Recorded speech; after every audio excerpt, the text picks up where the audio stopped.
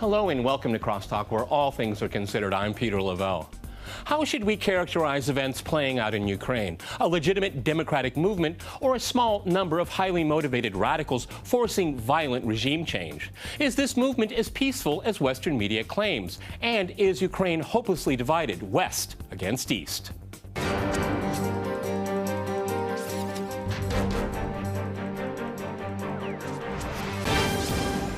To CrossTalk Ukraine, I'm joined by my guest, John Laughland, in Paris. He is the Director of Studies at the Institute of Democracy and Cooperation. In London, we have Tony Halpin. He is a journalist and a former Moscow bureau chief for The Times. And in Moscow, we cross to Dmitry Babich. He's a political analyst with Voice of Russia. All right, gentlemen, CrossTalk rules in effect. That means you can jump in anytime you want, and I very much encourage it. John, if I can go to you in Paris, the government has resigned. The cabinet has resigned. Yanukovych has reached out to the opposition. So is the ball in his corner or the opposition's?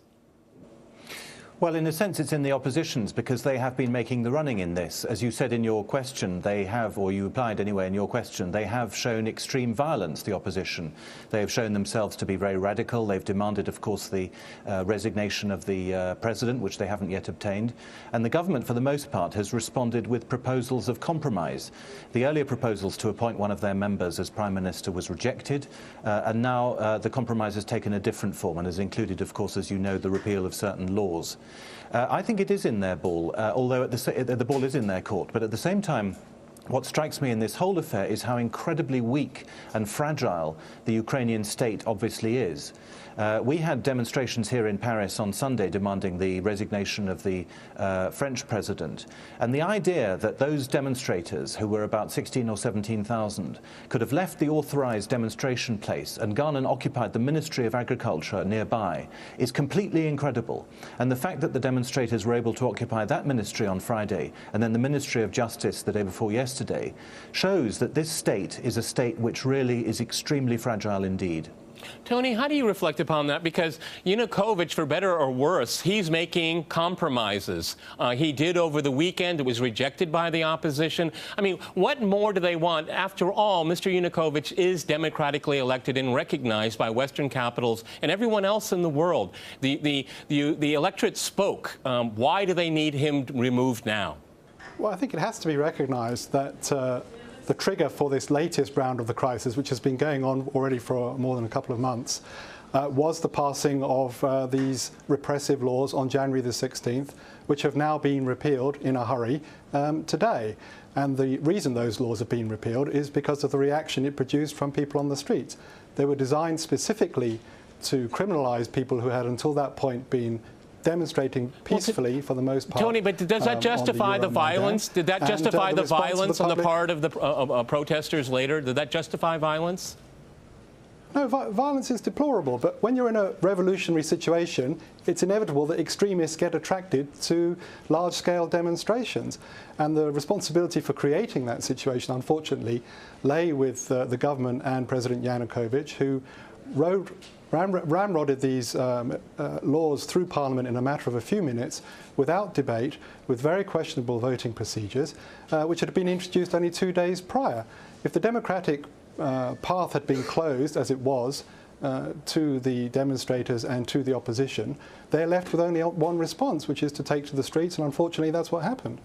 Happily now, the democratic track seems to have been restored today, and so we would expect the opposition and the authorities to try and negotiate a resolution. That's where I want to go. Dima here in Moscow, would you describe the opposition as democratic? No, unfortunately, I absolutely disagree with Tony on that one. I think that first we should remember that violence started back in December, before these laws which Tony deposed so much were passed. They were passed on January the 16th. Yes, the riot police attacked peaceful demonstrators on November 30th. And right after that, you know, a group of radically minded protesters, I would not like to call them that name, but they tried to attack the presidential administration. And you remember how terrible was the fight there. But what I want to say is that one of the laws that was repealed today is the law that criminalizes denying the Nazi crimes in Ukraine. And here, I think it's very important what I'm going to say. I'm not going to call these people protesters. I'm going to call them neo-Nazis. And here's why I'm doing that. Today, in the mayor of Kiev, they have this portrait of this man, Stepan Bandera, you know, the head of the Ukrainian nationalists who helped the German Nazis invade Ukraine in 1941.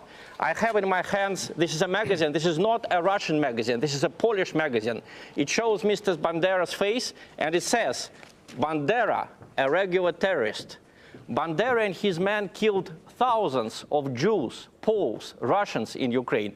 They killed also tens of thousands of Ukrainians. And somehow he is the only man whose portrait these people are carrying. And if you look at the so-called protesters, you will see that there are Ukrainian flags and there are many red and black flags. These are the flags of the so-called Ukrainian insurgent army. Okay, so, Dima, I don't call these people protesters. They are neo-Nazis. You made your point. John, would you reflect upon that? Because one of the reasons why I wanted to do this program is that it seems to me most of Western media, mainstream media, likes to overlook this. Not everyone, but most people do. Why?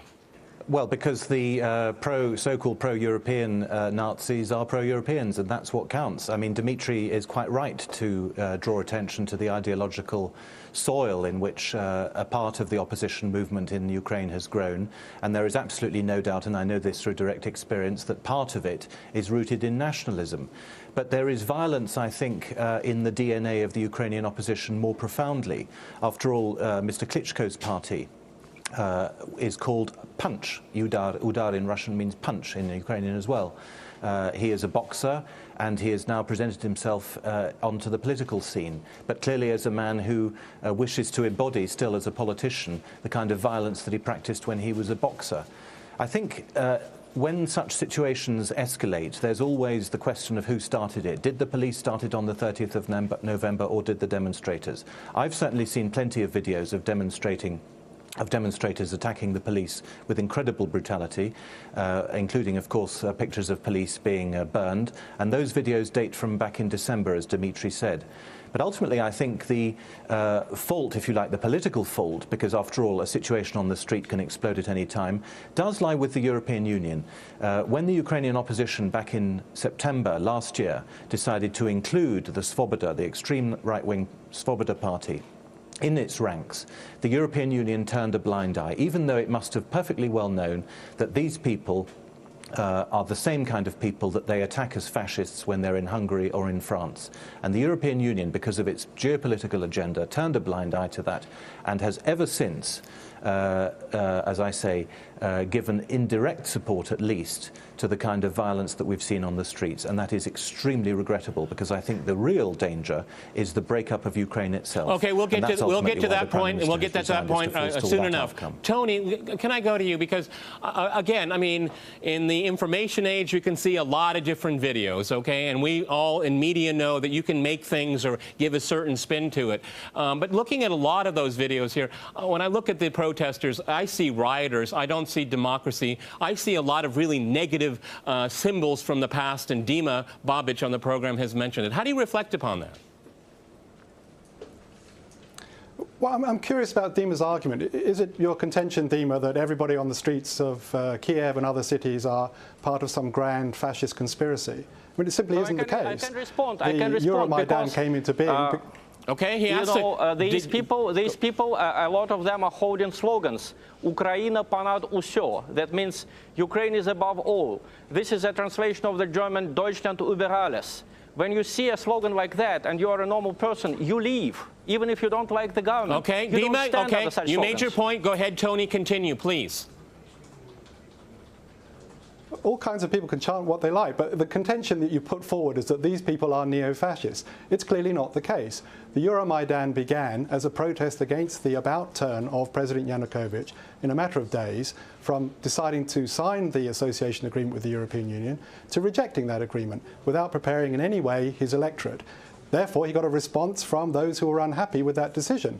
As I repeat, The demonstrations that took place were overwhelmingly peaceful for a number of months until the point where laws were passed in very rapid succession Tony, with no democratic who is in control of this opposition now? In your mind, Tony, who do you think is in charge of these opposition groups right now? Is it organized, or they just can't control some? Because there's certainly violence being committed on the streets there, and it's not only the authorities. Well, I think the very big question today in Ukraine is whether anyone's in control. The government has resigned. President Yanukovych, his reputation is clearly severely dented, and the opposition is a very fragmented group of people who don't really have a recognizable single leader.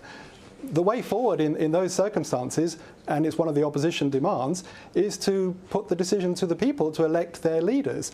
Whether that comes out of what are still ongoing negotiations, we'll have to see. But it is a very big question whether anybody currently has the democratic legitimacy to enforce their decisions. Okay, but John, I mean, we did have an election. Yanukovych was elected and was recognized by the electorate and was recognized by the international community. Just because you have a riot doesn't mean you have to have an election. I mean, then you should have elections in the European Union all the time. Go ahead. Yeah, I don't agree with what Tony has just said. As you've just said in your question, Peter, the election of the president was not contested by anybody, and nor was the parliamentary election which brought his party to power. The decision not to sign the agreement with Brussels was a totally legitimate decision. Under no circumstances can that be called a reason for removing a government from power. And as for these so-called repressive anti-demonstration laws, again, this is a caricature. The laws prohibiting the wearing of masks and helmets, these laws exist in many European states, including in France, where I live. In France, you're not allowed to go about on the street with your face covered, and you're certainly not allowed to take part in a demonstration. All right, gentlemen, I'm afraid I have to jump in here. We're going to go to a short break, and after that short break, we'll continue our discussion on Ukraine. Stay with RT.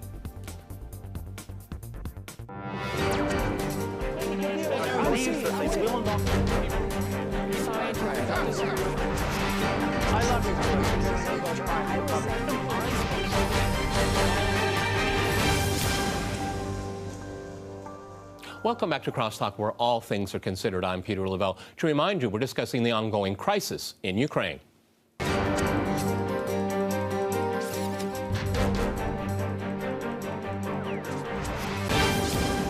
All right, Dima, I'd like to go back to you here in Moscow. Where do we go from here? Because we started out the program as that Mr. Yanukovych is making a number of concessions here. What's the opposition going to do? What should they do for the welfare of the entirety of Ukraine? Because over the years, it looks more and more like Ukraine can't stay together the way it is. Go ahead, Dima. Well, I don't want to advise the so-called opposition, because I just told you, I think any normal person, when he sees the slogan like Deutschland über alles or Ukraine über alles, when he sees that slogan, he leaves. So I'm not prepared to advise these people what they should do. I understand why Mr. Azarov quit. If you want, you can go to the YouTube and watch videos how he's been insulted in the Rada, the Ukrainian parliament, how they call him a Russian prostitute, how they hurl papers at him, all these people from the nationalist factions. And I would say that I don't know what the situation will be with the European Union, because the European Union, in fact, rammed through its agenda. Yanukovych suggested a number of compromises. He suggested trilateral negotiations between Russia, Ukraine, and the European Union. The EU said, no, it's only between you and us. Yanukovych suggested changing the association agreement. The EU said, no, it's going to be the way we wrote it. So the EU is not accepting compromises, and the so-called opposition is not accepting compromises. In this situation, I'm not sure Russia will be able to disburse the economic aid that it promised to Ukraine, because this economic aid consists in buying Ukraine's government bonds. Why should Russia buy the government bonds of a government that will obviously be controlled by anti-Russian people? The US doesn't buy Iranian government bonds. And the rhetoric which Mr. Yatsenyuk and Mr. Klitschko and Mr. Technikbok used towards Russia is very much like the rhetoric that the Iranian mullahs use against the United States. We are almost a big Satan for them. Okay, Tony, where would you suggest they go? Because, again, go ahead, because... Was Russian aid dependent on... Go ahead, Tony, go ahead. Yeah, was Russian aid dependent on the rejection of the EU then? I don't quite understand the question. Was Russian aid dependent on rejecting the EU?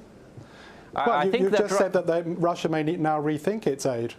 Dima, go ahead. Well, I think that the way Russia offered to make it is by small disbursements.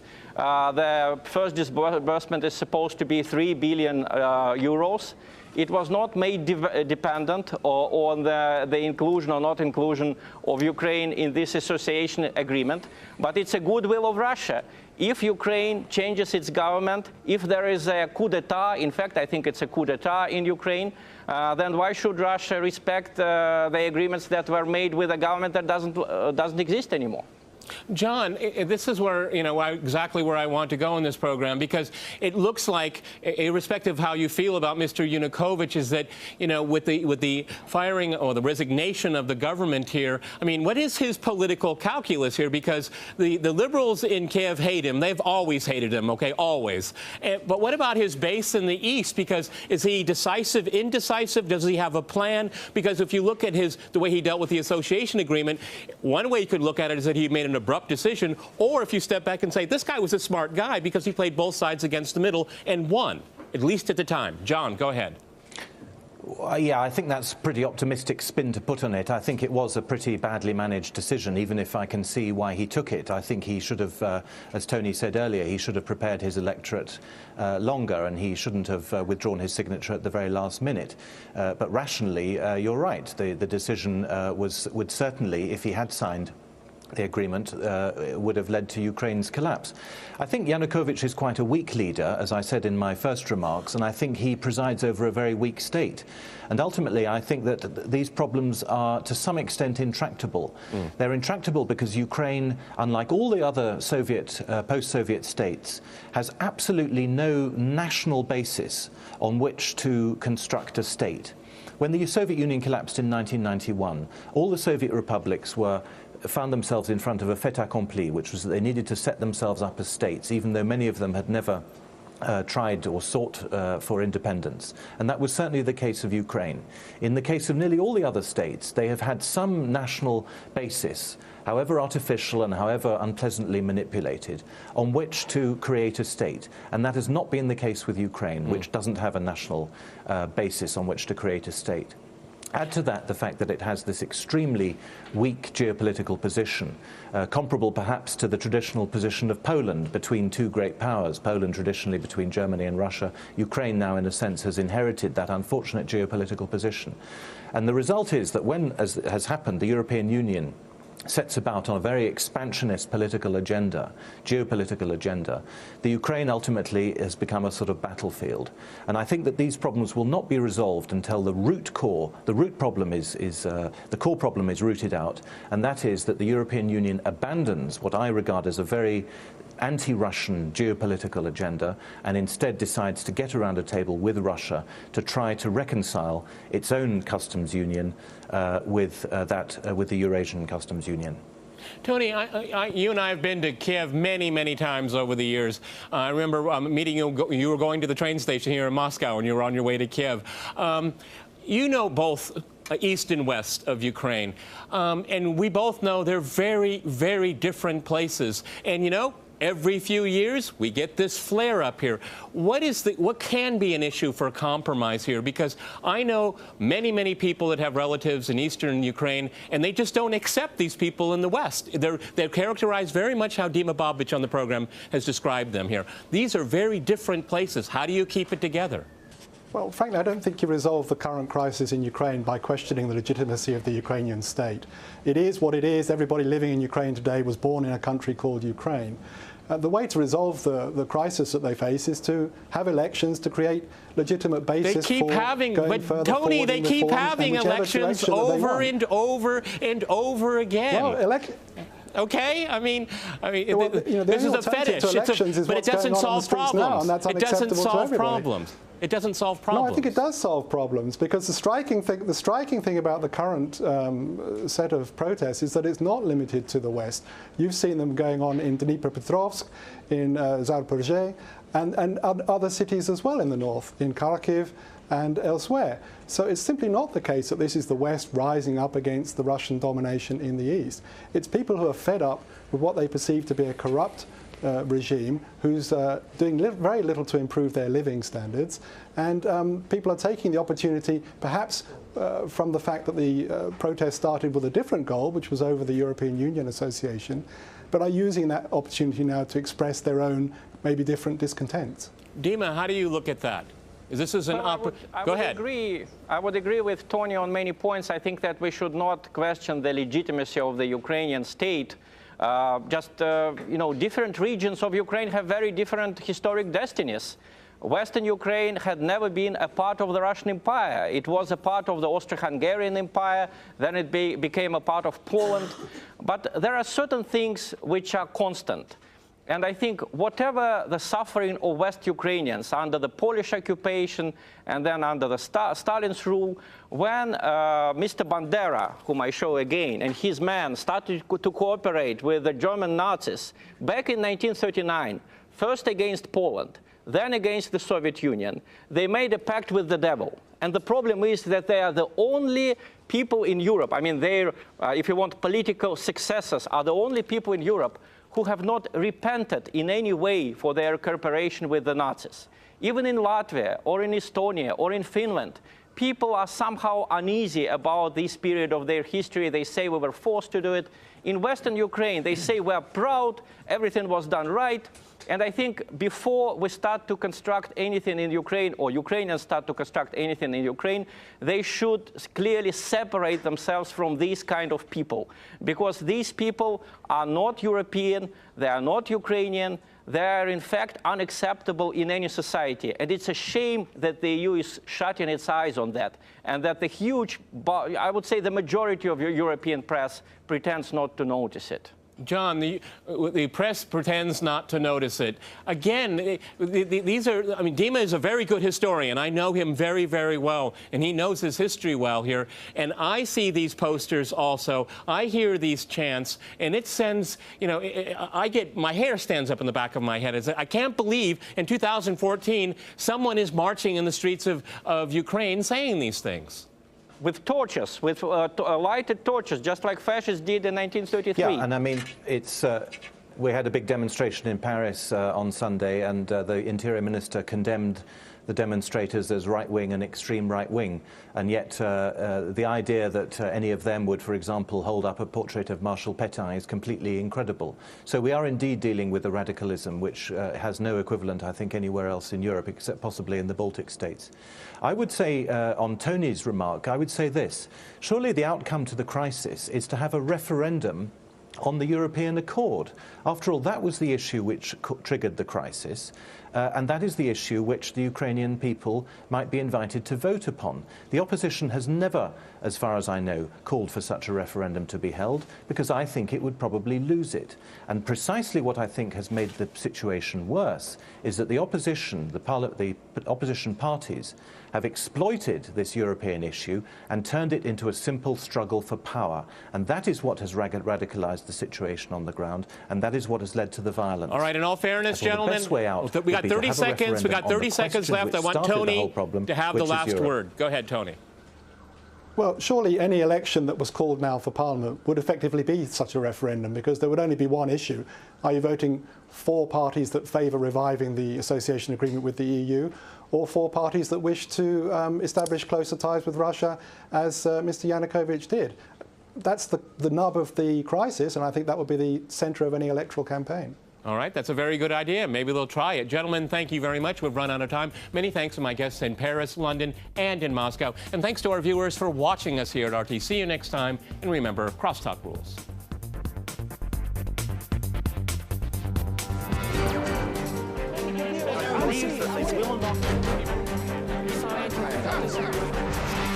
I love you.